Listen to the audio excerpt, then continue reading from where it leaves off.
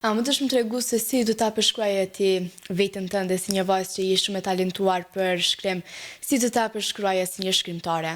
Vetën time do ta përshkruaj një vajzë që ka qef të merret me fusha të ndryshme, ka qef i pëlqejnë më shumë lëndët shkencore, por i pëlqen edhe shkrimi dhe leximi, kam dëshirë që të mësoj gjuhë të huaja, kulturat e shteteve të tjera, astronomia, sporte të ndryshme. Ke qef edhe të mësoj gjuhë të huaja.